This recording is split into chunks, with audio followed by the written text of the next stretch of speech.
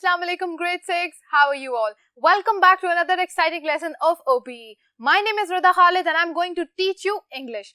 Students, जैसा कि आप सब जानते हैं कि हम यूनिट नंबर 7 को स्टडी कर रहे हैं और आज हम बात करने वाले हैं एक्सप्रेशंस के बारे में. जी, लेसन नंबर 9 हमारा होगा एक्सप्रेशन से रिलेटेड. हम एक्सप्रेशंस को लेके पिछले लेसन में भी कुछ बातें पढ़ चुके हैं. तो बच्चों, आज हमने क्या करना है, उन्हीं बातों को रिवाइज करते हुए कुछ राइटिंग टास्क कंप्लीट करने हैं. तो आइए आज के काम को स्टार्ट करते हैं. सो ग्रेड 6, क्या आपको याद है कि हमने जब एक्सप्रेशंस की बात की थी तो मिस रदा ने आपको बताया था कि एक्सप्रेशंस 3 किस्म के होते हैं. एक वर्बल एक्सप्रेशन, एक फेशियल एक्सप्रेशन और एक written expression.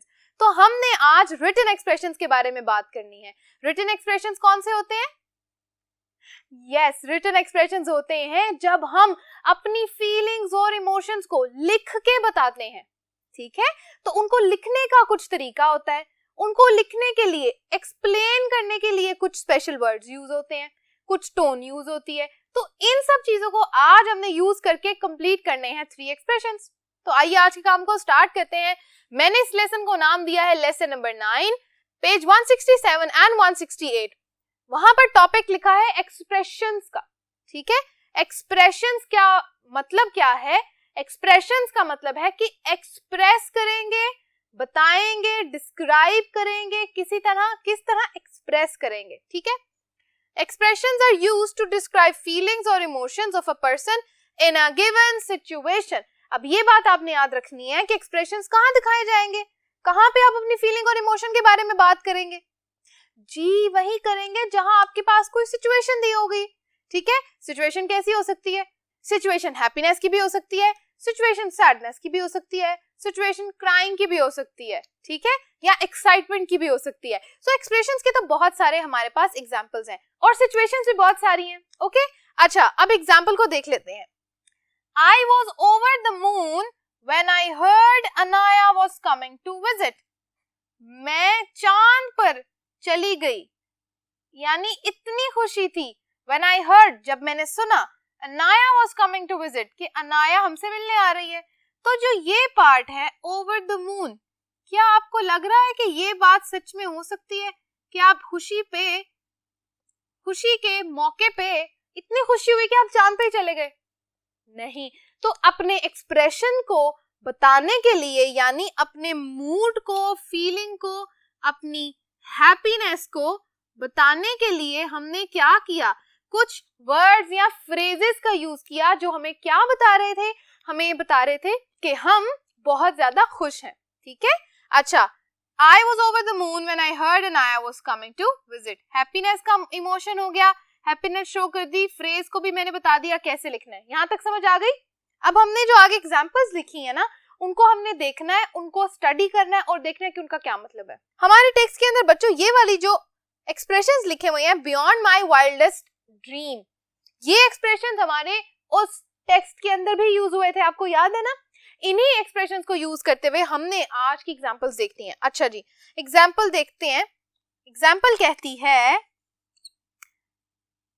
There are wonderful things beyond Carter's wildest dream in the tomb. यानी उस मकबरे के अंदर कार्टर की इमेजिनेशन से भी बहुत दूर की बेहतरीन चीजें हैं. यानी इतनी अच्छी चीजें हैं कि कार्टर ने कभी ख्वाब में भी नहीं सोचा होगा कि ऐसा होगा. ठीक है ना? Beyond the wildest dream, यानी आपने कितना क्रेजी ड्रीम देख लिया, इतनी ऐसी चीज देख ली कि जो कभी आपको लगता है पूरी नहीं हो सकती, लेकिन आप समझ लें उस ड्रीम से भी बढ़ के कोई चीज उस टूम में थी उसके लिए. तो कितनी खुशी की बात है, कितनी एक्साइटमेंट की बात है उसके लिए. तो यहाँ पर हमारा जो फ्रेज है वो है बियॉन्ड कार्टर्स वाइल्डेस्ट ड्रीम. अच्छा, सेंटेंस में क्या लिखा है? Beyond कार्टर्स wildest dream is an adjective phrase describing things he saw. ये ऐसा एडजेक्टिव फ्रेज है जो क्या बता रहा है, ऐसी चीजों को डिस्क्राइब कर रहा है जो उसने देखी थी. ठीक है, clear? Let's move further. Okay, एक और एग्जांपल को देख लेते हैं. I have travelled 10,000 miles to these mountains. The sight is wonderful. It's beyond my wildest dreams. हमने फिर वही फ्रेज यूज करते हुए एक छोटा सा पैराग्राफ बना लिया और उसमें लिख दिया कि ये इतनी अच्छी जगह है जिसके लिए मैंने 1000 माइल्स, 1000 मील का सफर तय किया है और मैं यहाँ आया हूं तो मुझे ये जगह बहुत पसंद आई है। ये जगह तो मेरी इमेजिनेशन से भी ज्यादा अच्छी है। ओके, तो यहाँ तक हमें एक और एग्जाम्पल से क्लियर हो गया। अब टास्क क्या है? Right a paragraph in which you use this expression and underline it. जैसे हमने यहाँ किया ना, चलें जी इस काम को अब हम करने लगे। I waited for 2 months to get admission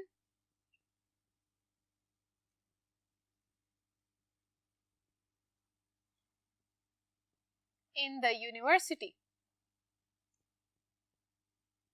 यानी मैंने यूनिवर्सिटी में एडमिशन के लिए कितने महीने क्या किया है? इंतजार किया है। Full stop.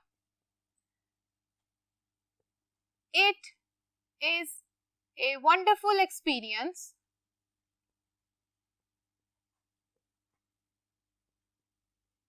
ये एक बहुत उम्दा एक्सपीरियंस है, एक उम्दा तजुर्बा है। ऑफ लर्निंग, सीखने का। ठीक है, full stop. It is, now I am going to write it in red, beyond, yes very good, beyond my wildest dreams. यानी मैंने कभी ख्वाब में भी नहीं सोचा था कि इतना अच्छा मेरे लिए होगा। ये तो मिस श्वेता ने अपने बारे में लिखा। आप जब इस एग्जाम्पल को यूज करते हुए पैराग्राफ बनाएंगे तो आप अपनी एग्जाम्पल लिखेंगे। Okay, alright. Number 2, from natural causes, यानी कुदरती वजूहात की वजह से। अब ऐसा क्या हुआ कि नेचुरल कॉजेज यानी कुदरती तौर पे क्या हुआ? हम इसकी उर्दू भी लिख लेते हैं ताकि हमें मजीद आइडिया हो जाए। अगर हम इसको कहें कुदरती तौर पर, ठीक है। Harvard Carter died of natural causes. अब देखें, हार्वर्ड कार्टर जो है ही डाइड ऑफ नेचुरल कॉजेस, यानी कि उसकी डेथ किस तरह हुई थी? एग्जैक्टली, कुदरती तौर पे। कैसे हुई थी अभी देख लेते हैं। This expression is used when someone dies naturally, for example due to illness, age or a defect. यानी क्या होता है, इस एक्सप्रेशन का मतलब है कि जब किसी की डेथ हो जाए नेचुरली, किन वजूहात से?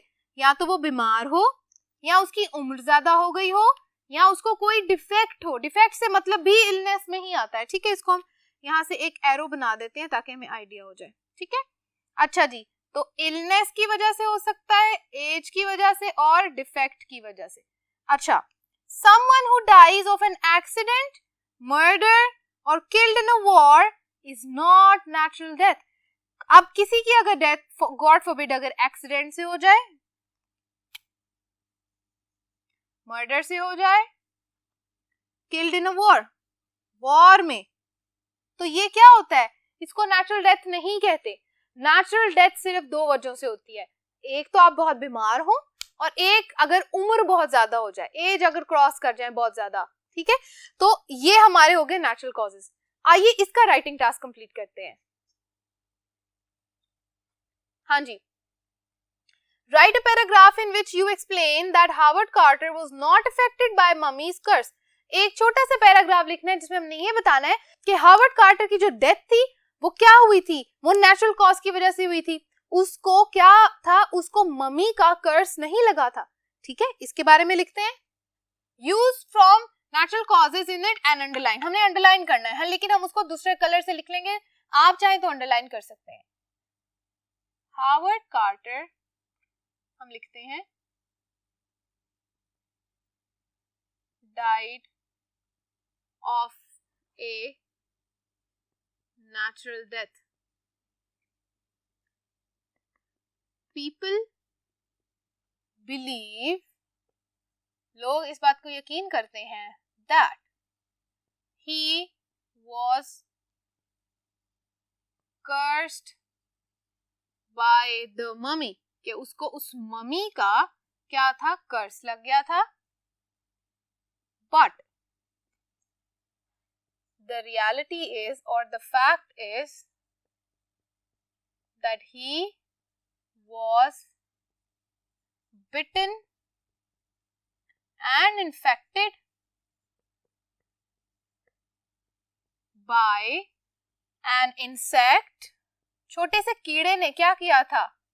On his cheek, उसकी चीक पे काट लिया था.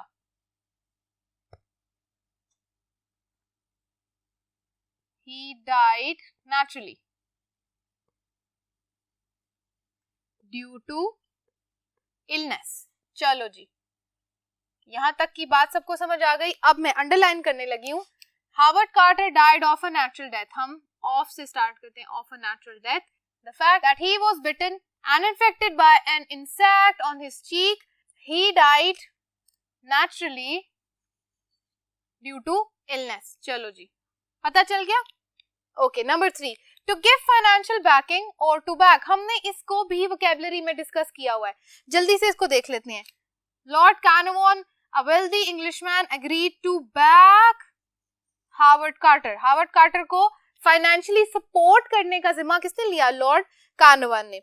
To back means give financial support to, यानी इसका मतलब है कि किसी को पैसे देना ताकि वो अपना काम पूरा कर ले. ठीक है, इसके राइटिंग टास्क को जल्दी से कंप्लीट करते हैं. Okay, let's write 3 sentences using these expressions and underline it. आपने क्या करना है? 3 sentences लिखने हैं. ठीक है, एक छोटा सा पैराग्राफ जिसमें हमने फाइनेंशियल एडिंग यानी फाइनेंशियल बैकिंग के बारे में बात करनी है. कैसे? अब इसको लिखते हैं.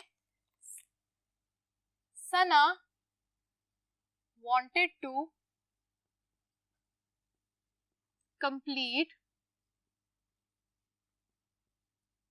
her studies. सना अपनी पढ़ाई कंप्लीट करना चाहती थी, but had no money, लेकिन उसके पास पैसे नहीं थे. To do so, ऐसा करने के लिए. She was looking for, यहां से मैं a backer का वर्ड यूज करूंगी. A backer. She was looking for a backer, यानी वो किसी को ढूंढ रही थी जो उसकी पढ़ाई के पैसे दे दे. After her search for a year, comma, she found a woman, उसको एक औरत मिल गई, who bagged her, इसको भी हम रेड लाइन से अंडरलाइन कर लेते हैं, for her studies. चलें जी, यहां तक की बात सबको समझ आ गई कि किस तरह हमने टू बैक और बैकर ये वर्ड्स को यूज करते हुए हमने कैसे किए पैराग्राफ बनाए. हमने 3 sentences लिख लिए, 1, 2 and 3. ऑलराइट, आई होप हम इससे नेक्स्ट वीडियो में मिलेंगे यूनिट नंबर 7 को बिल्कुल कंप्लीट करने के लिए. Thank you so much for watching today's lesson. Stay tuned. Allah Hafiz.